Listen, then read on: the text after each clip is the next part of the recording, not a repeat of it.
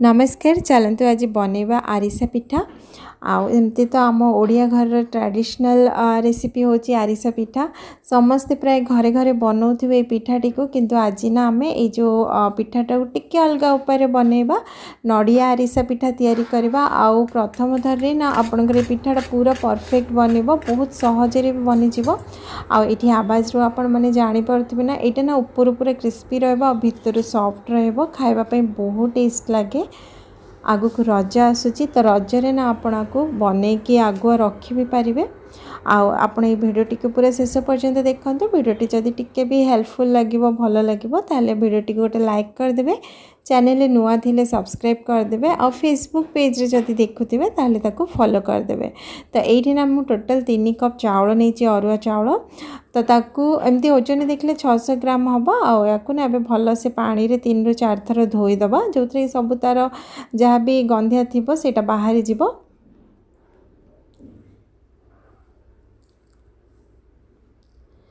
तापरे याको भल पानी रे मिनिमम 8 रु 10 घंटा मुझे बतरेची जदि आपन पाखे टाइम थी ना ताकू पूरा गोटे दिन बतरे देबे मझे 2-3 थर टिके धोई देबे चावलटा को नले स्मेल आसीबो। तो सेमिति भी आपन पाखे जदि टाइम थी ताले पिठा आहुरी बहुत बढ़िया बनिबो। तो ये हमर चावल भल से बतरी जाइए ताकू ना एमती गोटे छणा रे छाणी देबा जोथरे कि ना सबु पानी गुड़िका एक्स्ट्रा पानी जोटा सेटा बाहरी जिवो ताको एमती 5 ରୁ 7 मिनिट छाड़ी देबे सब पानी बाहरी गला परे ताको एमती कोनोसी गोटे कॉटन कपड़ा रे ना ए चावल को आमे स्प्रेड कर दबा आ ये को ना फैन तळे सुखेबा खरा रे सुखेबानी आ बेसी टाइम सुखेबानी मात्र 10 ରୁ 15 मिनिट सुखेबा माने जे पंद एमती आपण हाथ रे चेक करबे हाथ रे किछि पानी पानी लागु नथबो बस सेति की टाइम ही आमे सुखेबा। तो ये 10 ରୁ 15 मिनिट हेछि एबे चावल को ग्राइंड करबा मु अल्प अल्प करके ग्राइंड करूछि।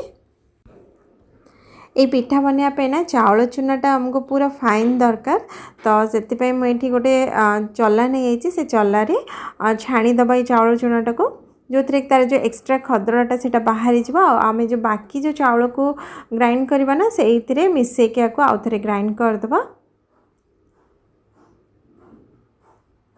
ये हमारे फर्स्ट बेच जो चावल चूना करथिले ना सेटा रेडी है तो ताको एमती चले कि बाहर करदबा और जी जी आपणकर चावल चूना रेडी हो ना ताको हाथ में एमती थापी थापी देबे जो थे कि यार जो मोइस्चरटा सेटा जीवनी सुखीबनी आम जो चावल चूनाटा आ ताको घोड़ी की साइड रे रखीदबा और सेम प्रोसेस रे बाकी जो चावल अच्छी ये चावल चूनार जो खदड़टा थिला ताको ऐड करदेली आ बाकी जो चावल अच्छे ताको भी आम ग्राइंड करके चावल चूना बनईदबा गोटे चलारे छाणिकी। तो ये आमर चावल चूना बनिकी रेडी होती ताको एमती थापी दबा भल से थापिकी घोड़े की साइड रे रखीदबा आउ से आम बाकी काम करदबा से भितरे। ये मोर एतिकी चावल चूना माने 2-3 चम्मच चावल चूना जो खदड़टा बंची एपटे मु नड़िया नहीं नड़िया को ना आपण कौन गोटे ग्रेटर ग्रेट करके नेबे कोरिकी नेबेनी एमती ग्रेटर ग्रेट करके नेले ना पिठा जो खाइबे मुहरे आसीबो बहुत टेस्ट लागिबो। एठी ना मु नड़िया आ जो गुड़ ना ताकू अधा नहीं चावल आमे 3 कप नहीं तो 1.5 कप नड़िया कोरा आउ 1.5 कप में गुड़ नहीं गुड़टा एमती खंड गुड़ था ताकू चाकू एमती काटिकी नहीं ओजन ने देखिले चावल 600 ग्राम नहीं तो गुड़ और नड़िया मुझे 300 ग्राम नहीं तो ये गोटे कड़ाई रे ना 3 ରୁ 4 चम्मच पानी ऐड करदबा तापरे जो गुड़ को काटिकी रखले ताकू ऐड करदबा। एबे फ्लेम को ना पूरा हाई रे रखिबा जेमती गुड़टा हमर मेल्ट हे जिवो ना तापरे याकू 1 मिनिट कुक करबा तापरे अल्प टिके गोटे ताटिए रे पानी नबा पानी नै कि ए जो गुड़र बैटरटा को टिके एथिरे पानी रे पकेबा एठी देखो बिल्कुल धरी होनी हाथ रे तो हमर पाग एबे रेडी हेनी ताको आउ 1 मिनिट कुक करवा कुक कर सारा पर फ्लेम को ए टाइम रे लो ही रखिबा तापरे से सेम प्रोसेस आउ थरे करबा अल्प टिके ए गुड़ को पानी रे ऐड करबा जदि एटा हाथ रे धरी हे जाउची आ गोटे जेली फॉर्म को आसी जाउची एटी देखंतु पूरा जेली भलिया हेची तो ए टाइम रे जदि ए भलिया हे गला तारे हमर जो गुड़र पाग बनी गला गैस रो फ्लेम को पूरा लो ही रखिबे एबे तापरे एथिरे नड़िया को ऐड कर दबा। एबे इथिरे 2 चम्मच राशि ऐड करदबा ता सब जिनस को भल से मिक्स करदबा। फ्लेम एठी आपण लो ही रखिबे, हाई बिल्कुल करिवेनी। सब जिनस मिक्स हे सला परे अल्प अल्प चाउल चूना इथिरे ऐड करके याको मिक्स करबा। एका संगे बिल्कुल चाउल चूना दबानी। गोटे हाथ रे मेमती गोटे चम्मच अल्प अल्प चूना को एपटे पकोचे आ आर हाथ रे मिक्स करूची। तो यही प्रोसेसटा निहाती करेंगे। एका संगे पकईदे आम जो पिठा बिल्कुल भल हेनी।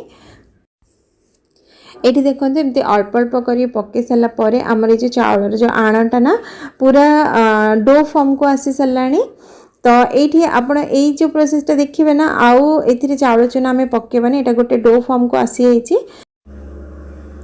जदि यह समय आपंकर चाउल चूना बंची जाए बिल्कुल ऐड करेंगे, कहीं आमर ये जो आमर पिठौटापी से चाउल चूना दरकार। जदि एक्सट्रा बंची जाए आप रखीदे।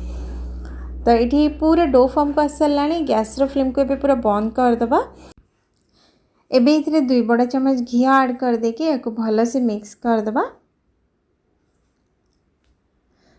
मिक्स करकिना या घोड़े के 5 मिनट रेस्ट करने छाड़ीदबा। और आप जानवे केमती आमर जो आणटा पूरा परफेक्ट बंची गले हाथ में एमती अल्प टिके आण ने एमती चेक करेंगे। जदि यहाँ हाथ में लागू ना ताले आपणकर आण पूरा परफेक्ट बनी। ताको 5 मिनट रेस्ट कर सारा पर एमती गोटे जगार या बाहर करदबा। ये जो पिठाटा को ना आम गरम गरम ही बनइबा।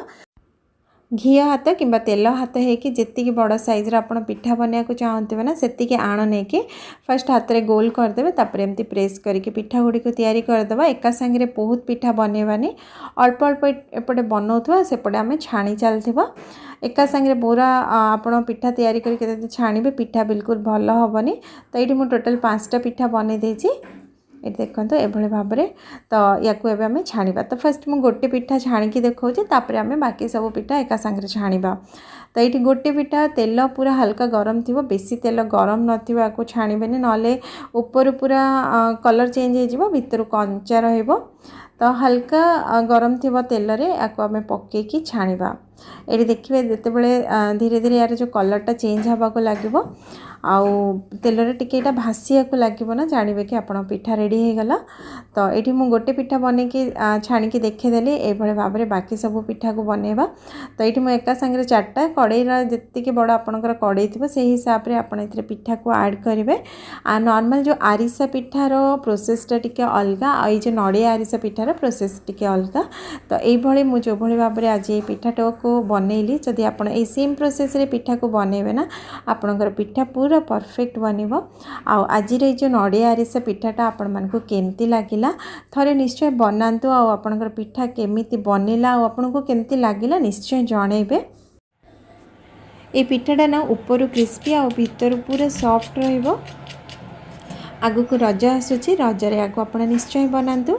आज ये रही पुणी देखा आ गोटे नुआ रेसिपी सहित। Till then take care and bye bye.